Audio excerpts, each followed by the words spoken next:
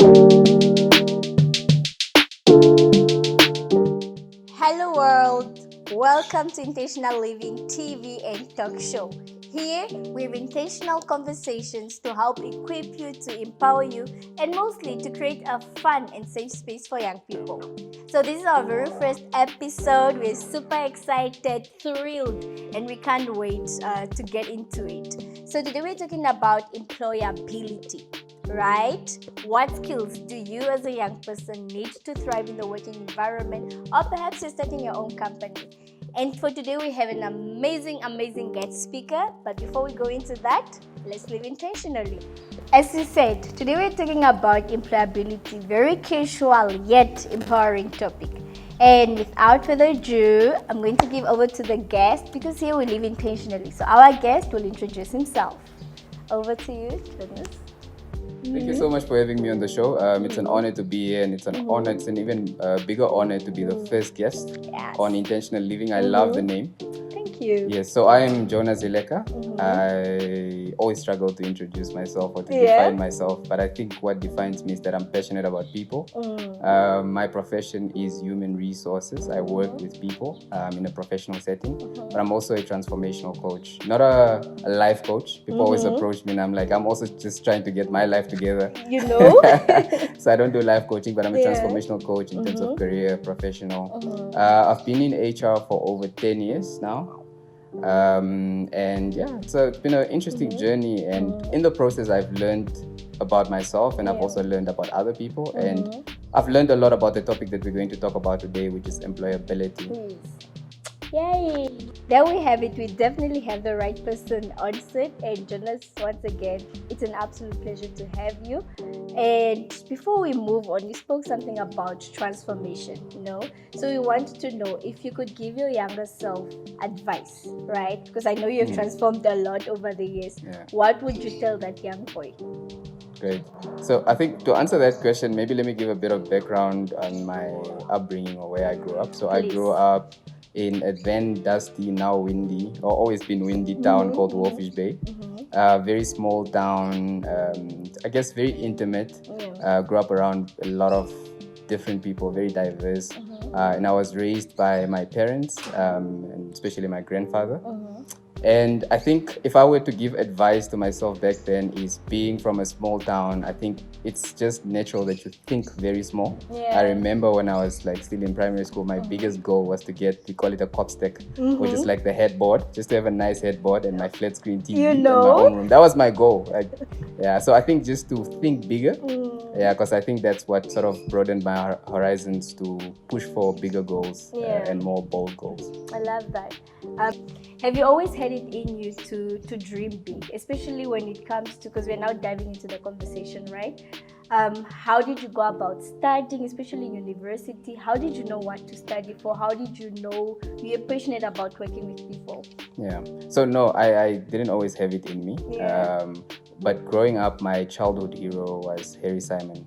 I think he really broadened my horizons. No. Not at all. But I think just seeing him on TV, I think that was a big thing as a child, to know that someone that you see in the streets or that you know of can be on the other side of the screen. And then seeing him being so brave in like the UK, and I didn't even know where that was. So I think that helped me to sort of broaden my horizons. So in terms of knowing what to study, of course, like any young guy, or maybe most guys, I wanted to be in the technical field. So when I was very young, I wanted to be a builder, later on engineer, later on architect. And in fact, I had gotten a scholarship to go study architecture. But as fate would have it, I ended up in HR. I thought it was just going to be for a while. Then I ended up falling completely in love with it, and I realized actually this is where I wanted to be. So obviously we didn't have all the perks that people that went to private schools and maybe some better schools had, in terms of maybe psychometric or personality tests to find out what are your strengths and where do you want to be. But I think I always knew where my passions and my interests were, and I wanted to pursue that. And I think it's even what drove me to work hard in high school so that I can get there. So but it wasn't my plan to end up in human resources, but I made it work for myself, and I think that's really the key. Oftentimes we don't get what we want, but the key is to make it work for you. That's so lovely.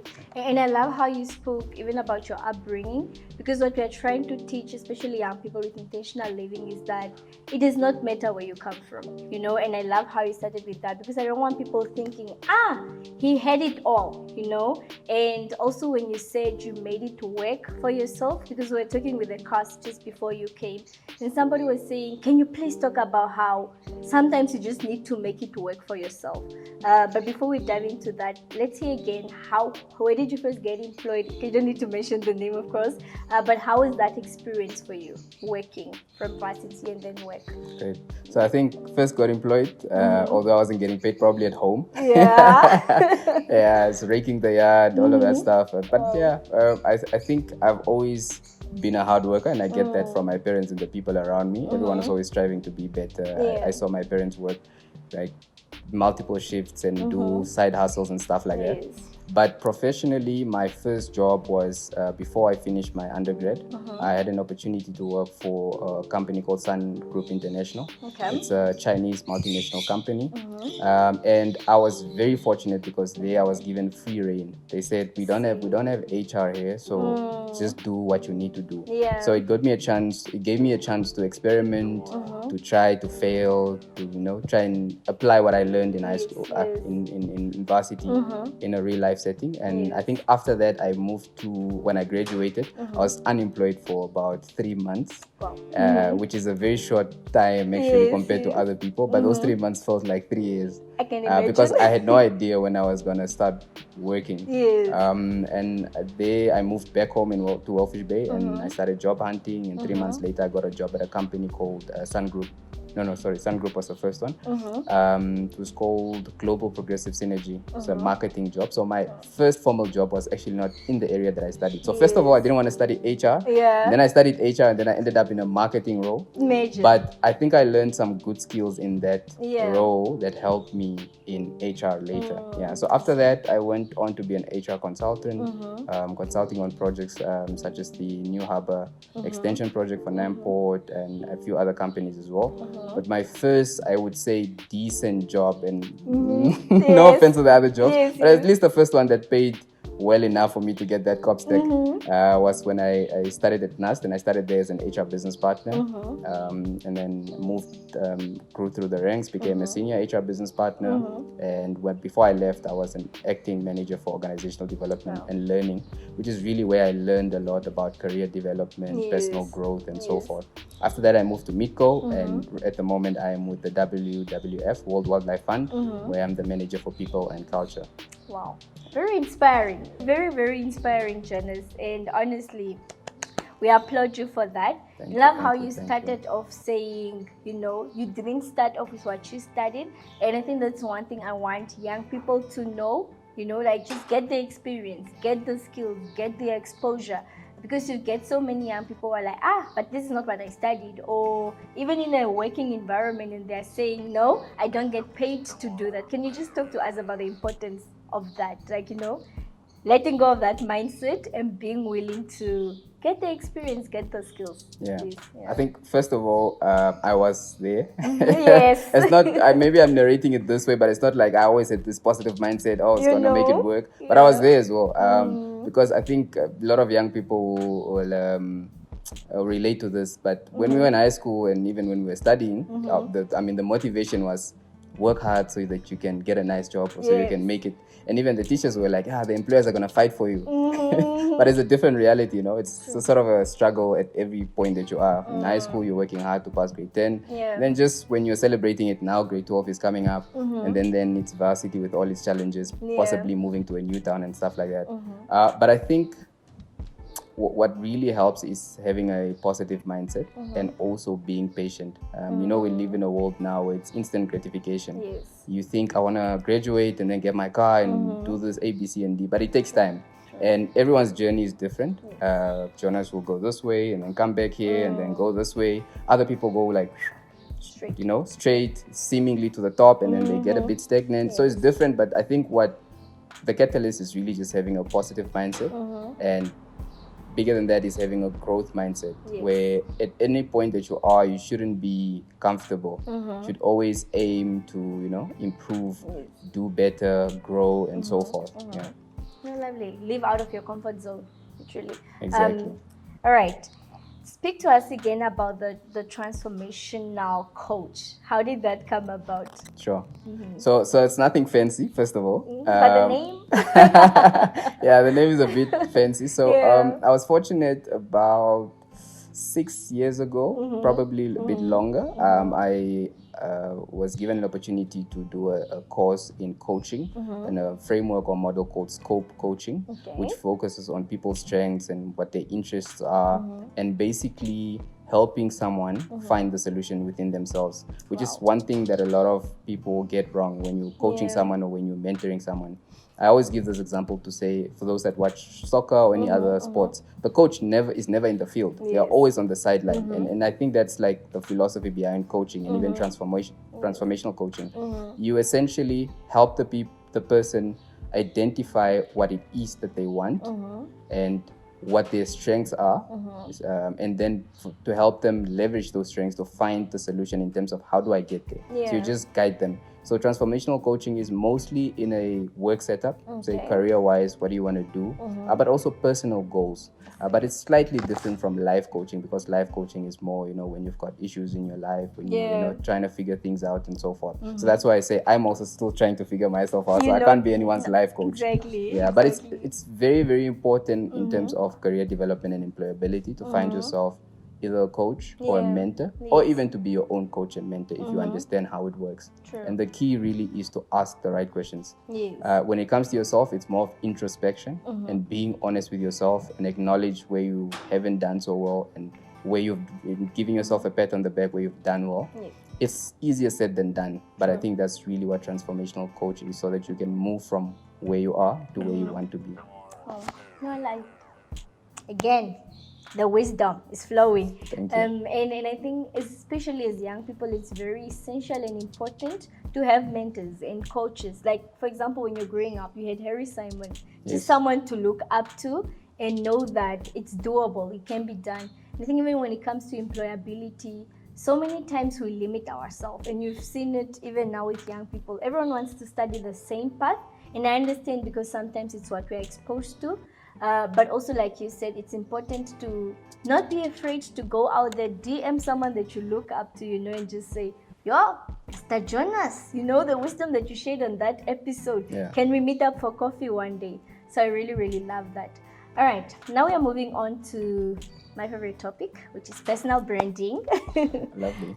So talk to us, and especially for you. I think we met at Apply, right? Yes, we met at Apply. And you're someone that enters the room and they uphold themselves in a certain way, and already you have respect for this person. So have you always been like this? How has it been working on your own personal brand? Sure. A very, very good question.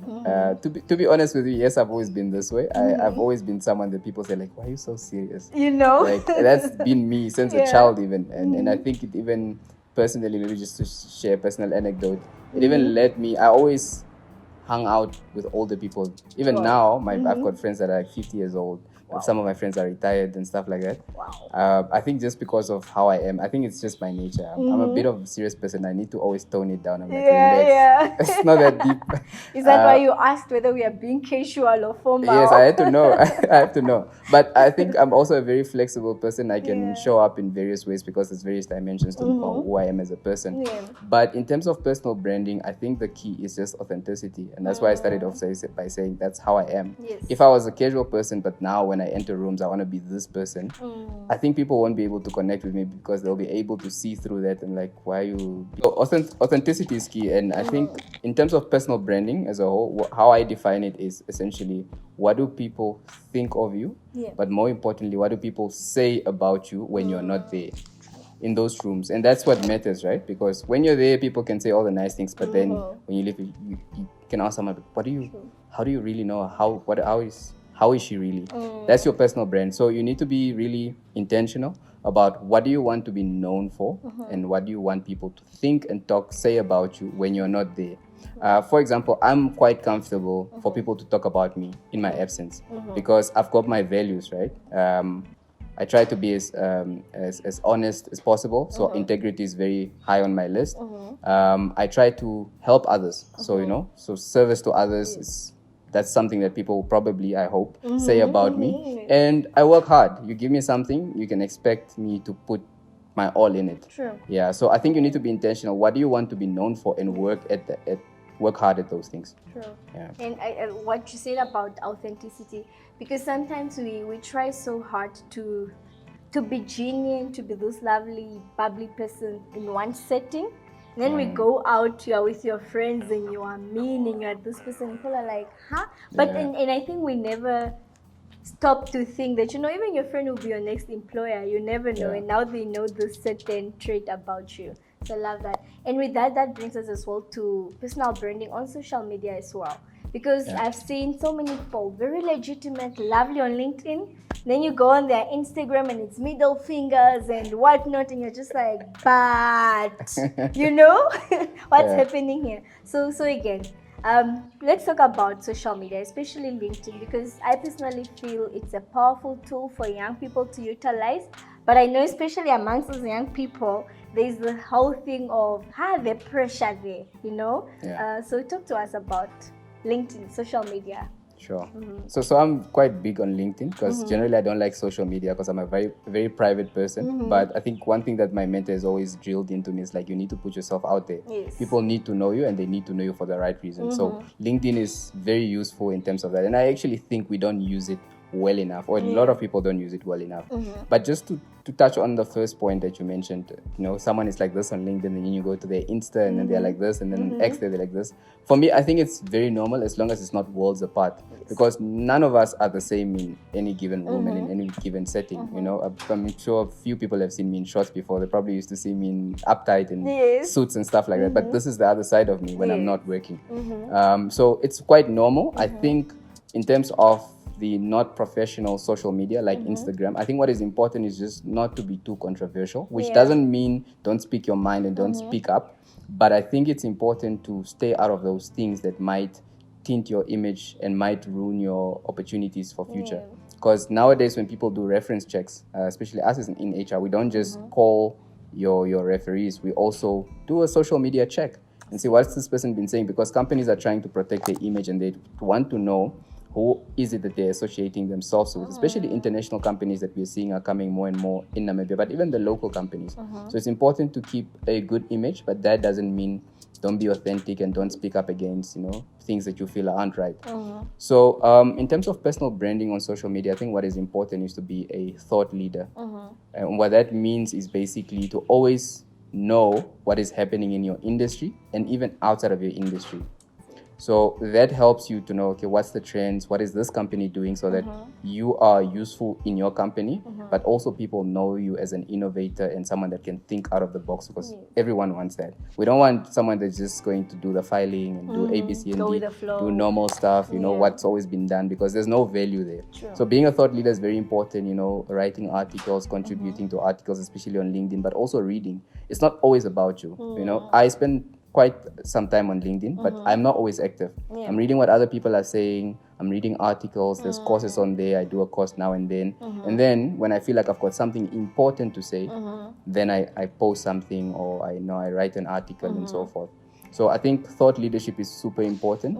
And then also networking is also super important, especially on LinkedIn. I think people just comment here and there, like here and there, but there's birthdays on there, there's anniversaries on there. Perfect opportunity for you to DM someone and say, happy work anniversary.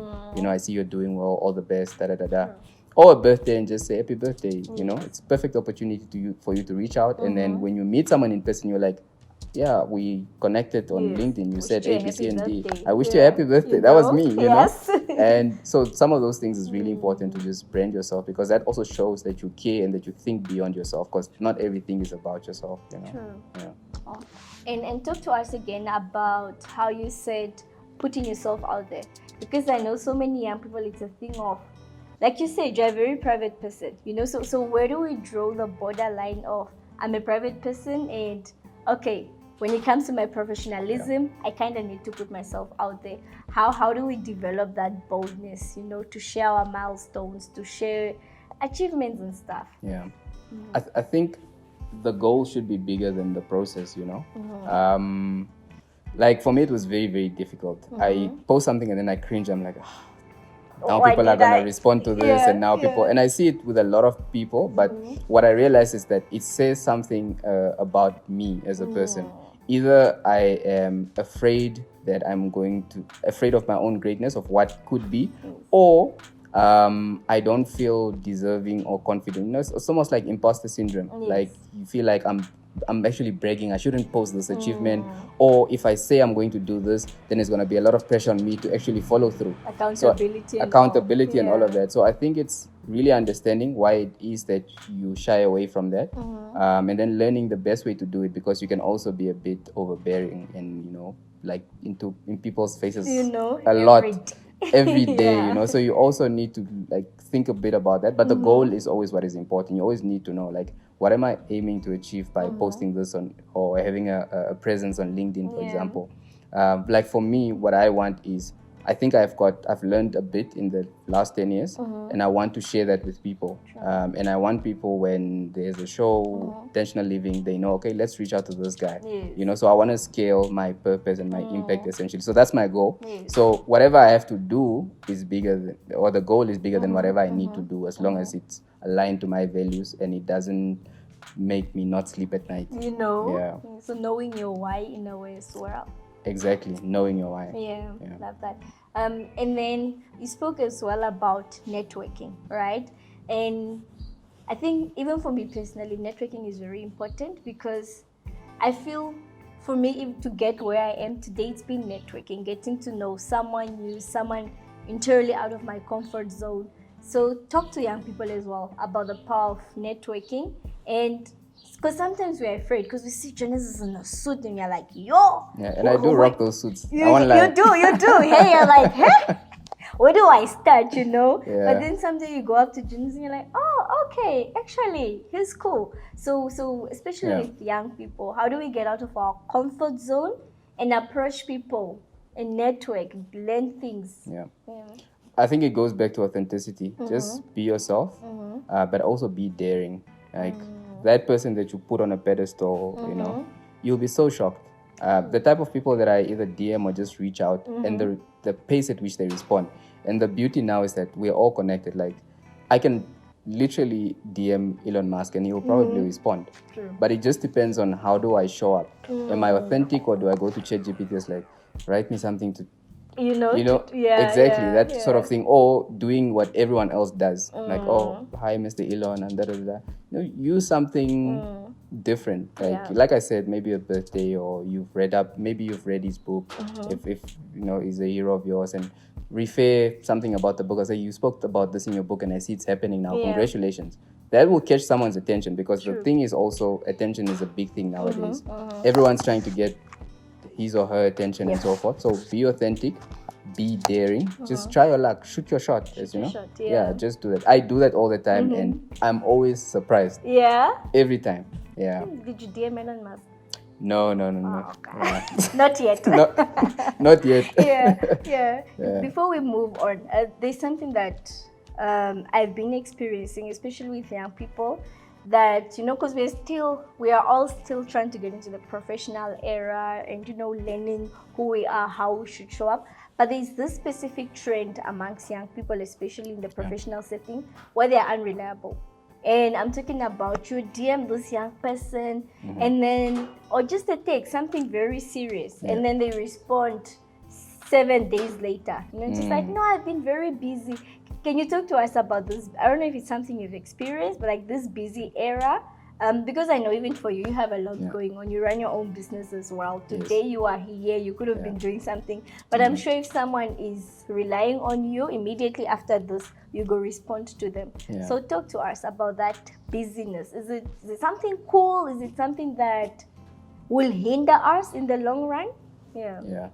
Just so I understand, is this the people that you're as a young person when you reach out to people, or is it like people reaching out to you?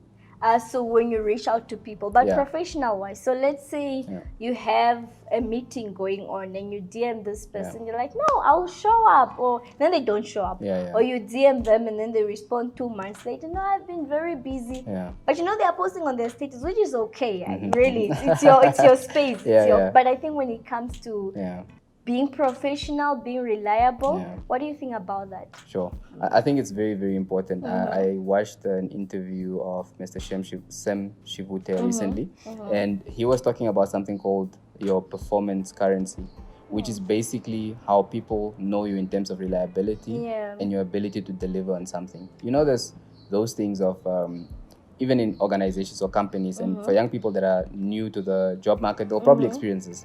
Sometimes there's clear favoritism, but sometimes there's like always that one lady or one guy that gets the opportunities to travel or to represent the company. And what I always tell people is that you need to show people that you can be trusted with something as simple as making copies or scanning copies or making a cup of tea before they can give you the bigger opportunities. Because if you don't show that you're able to show up to a meeting or to a podcast on time and stuff like that, then how are you going to get the bigger opportunities? Because that influences or basically impacts your brand.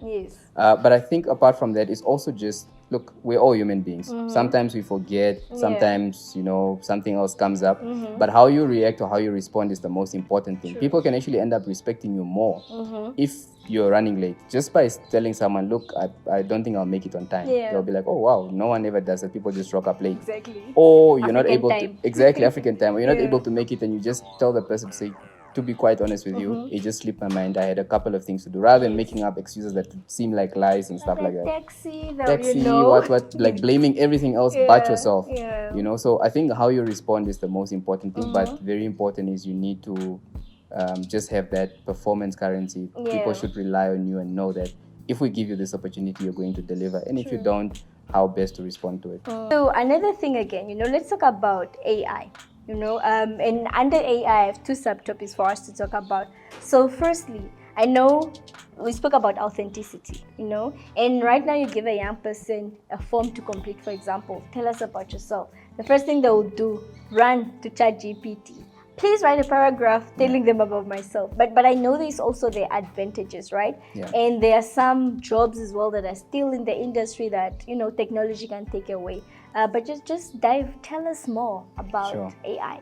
Cool. So AI is very broad, and I think the first thing I'm going to say is that I'm not an expert, but I do use AI almost every single day, but I use it correctly, and I think that's where the key is. So it's a very useful tool that can actually like help us so much. It can help us to work smarter as opposed to working harder. And I think even as an economy, I think Namibia should have a AI strategy, not even a technology strategy, a strategy specifically for AI.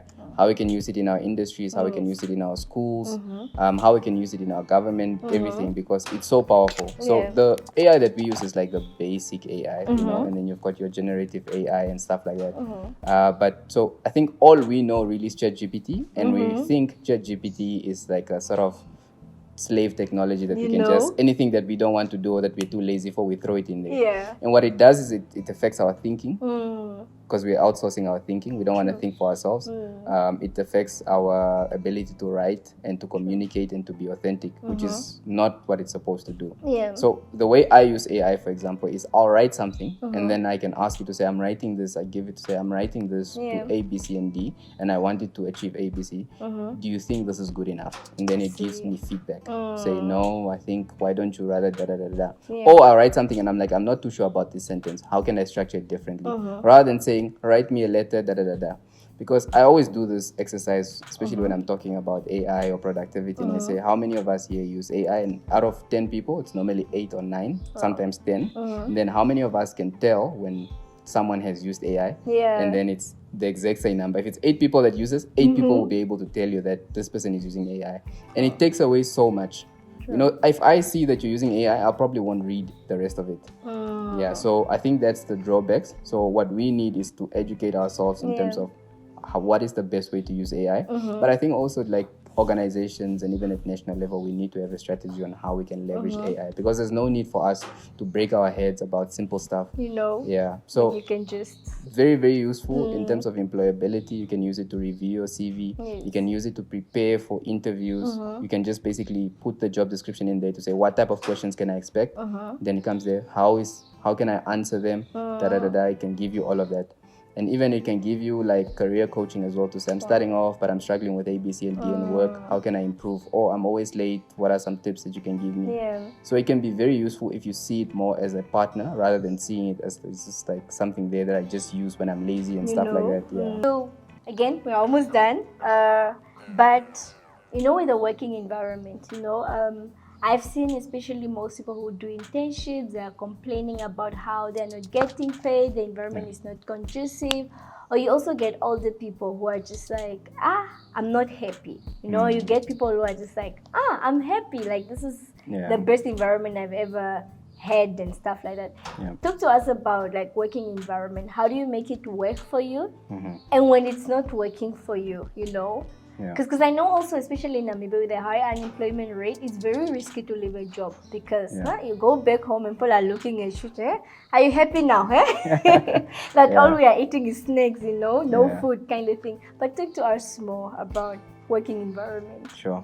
Look, I think for me, the way I look at it, and this is just my own personal opinion, is it's a give and take. I look at job hunting or trying to find a job as being like in the dating scene. So you need to find out, you need to know what are you looking for, but you also need to know what do you bring to the table.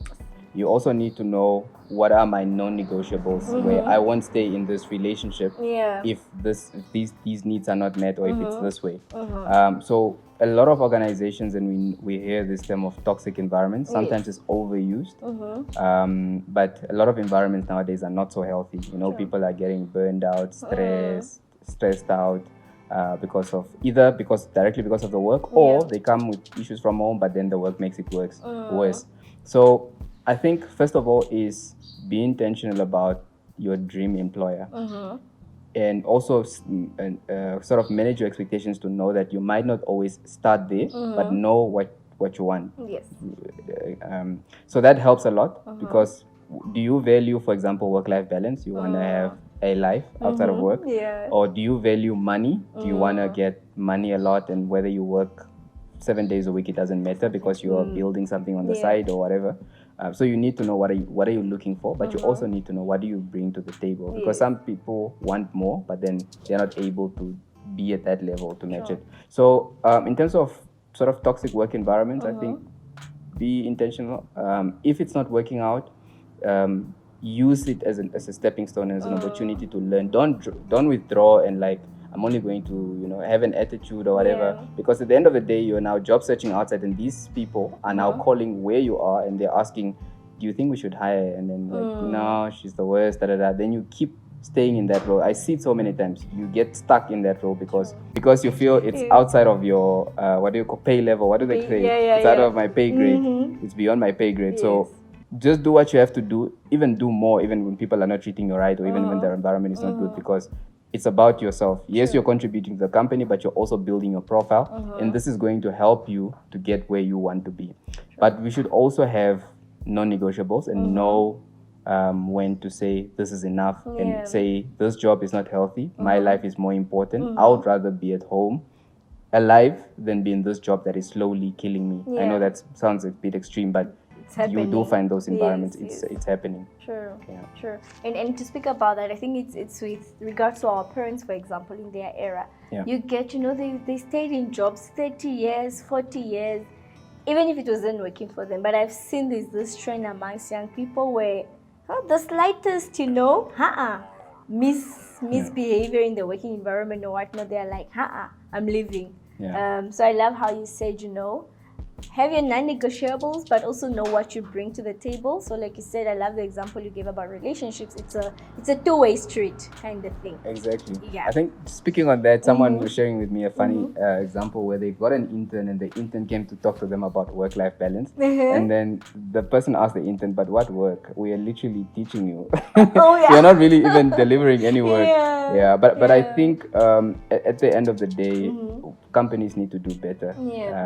We shouldn't be sitting in this position. So on the side of companies, we really try to create environments where people can thrive. True. It helps us as an organization, but at the end of the day, these are human beings. True. And then for us as employees, especially for young people, we need to learn how to be resilient. Because there's really some people at the slightest discomfort, they're out of there, or they just start changing and stuff like that. And if you do that, and people have this stereotype and mindset about young people, Gen Z and so forth, that A, B, C, and D. So if you can be resilient, whether it's someone shouting at you or whatever, and you handle it in a mature way, that person, your personal brand is going to grow, and that person is going to look at you different, like, there's something here. Because the other people that we've experienced either shouted back or just left or said, I know my rights, etc. But it doesn't mean you need to tolerate things.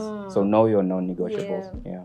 So the balance. Very important. Right, Jona. So we're rounding up our conversation. So we spoke about different skills that young people need to become employable. We spoke about upskilling, getting experience, even when it's not in your pay bracket, please, we spoke about the power of personal branding, spoke about LinkedIn, CV, AI. To conclude, right, let's talk about tips that you have, how young people can get employed or start their own businesses, and especially people who are graduating now. How do we just go in there and get a job? How do we ensure our degrees are not, under the bed, getting dusty all year, every day? Talk to us. That was a nice one. Look, I think it starts before you need to find a job. I'm going to circle back to what I mentioned in the beginning. I started working before I left high school. So just developing those positive sort of habits and behaviors, hard work, working for free. People don't want to work for free these days, but sometimes that's what it takes. So those 3 months that I was unemployed, I was writing to companies, but beyond writing to companies, I was going door to door and saying, this is my CV, this is what I can do. And essentially I offered to work for free. That's how I landed my first job. I said, I'm willing to work for free. And then my boss was kind enough to say, we're going to give you an allowance so that you can come to work and take care of yourself. But literally I offered to work for free, and very few people are willing to do that, which is an advantage, because if you take that approach, it means people will be like, oh wait, this is different. And trust me, if you are committed and if you have the right attitude, people won't allow you to work for free for longer than 3 months. They'll be like, but let's at least give you lunch. We see the results, we see the value that you can add. And even if you start off as an intern or temporary, they will actually make you permanent. But people come in this attitude, is like, they're only paying me $2,000. You should be fortunate that they're actually paying you, because the beginning of your career, you're basically learning, you're taking from the company. Someone is dedicated there to teach you and show you the ropes and stuff like that. So I think some of the main tips really is have a positive attitude, be professional, the way you show up to people, the way you write.